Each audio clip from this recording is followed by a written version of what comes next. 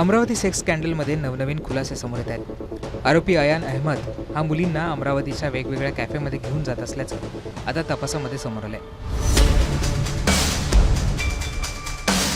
धक्कादायक बाब म्हणजे यामधील काही कॅफेमध्ये कपलसाठी प्रायव्हेट कंपार्टमेंटची सोय करून देण्यात आली होती, ज्यामध्ये 400 रुपयांमध्ये ही कंपार्टमेंट दिली जात होती। या कंपार्टमेंटमध्ये अश्लील चाळे सुरू असल्याचं देखील आता समोर आलंय। अयान हा मुलींना एका भाड्याच्या फ्लॅटवर घेऊन जात त्यांचं लैंगिक शोषण करत होता। दुसरीकडे तो मुलींना अमरावतीमधील वेगवेगळ्या कॅफेमध्ये देखील घेऊन जात असल्याचं समोर आलंय। यामध्ये cafe royal, cafe friends town आणि कॅफे सोशल जंक्शन यांचा समावेश आहे। यामध्ये कॅफे रॉयलमध्ये अयान 400 रुपये भरून प्रायव्हेट कंपार्टमेंट घेत होता। या कॅफेमध्ये कपलसाठी बंद कंपार्टमेंट तयार करण्यात आले होते, ज्यामध्ये अश्लील गोष्टी सुरू असल्याचं देखील समोर आलंय। यातीलच एका कॅफेसमोरून घेतलेला हा खास आढावा।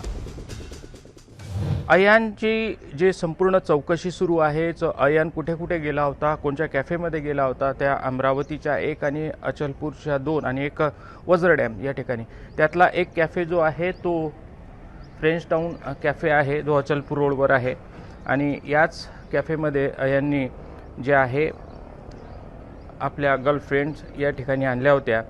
आणि सध्या हे कॅफे जे आहे ते बंद आहे आणि पोलिसांनी काल या संपूर्ण कॅफेची चौकशी केलेली आहे। अमरावतीच्या कटोरा नाक्यावरचा जो फ्लॅट असेल किंवा तिथलं एक कॅफे आणि वज्र डॅम त्यातलंच एक जे आहे हे फ्रेंड टाऊन आहे। आणि या फ्रेंड टाऊन कॅफेसह आपण आणि पोलिसांनी परतवाड्यात जे एक बंद झालेलं आहे ते सोशल जंक्शन ते बंद झालेलं आहे, पण हे कॅफे सुरू आहे सध्या तरी बंद आहे सकाळच्या वेळेस असलं तरी। आता नेमकं या ठिकाणी पोलिसांनी संपूर्ण अयान या ठिकाणी आला होता, यानं गर्लफ्रेंडला घेऊन या ठिकाणी काय काय कारनामे केले हे संपूर्ण आता पोलीस तपासात या ठिकाणी समोर येणार आहे।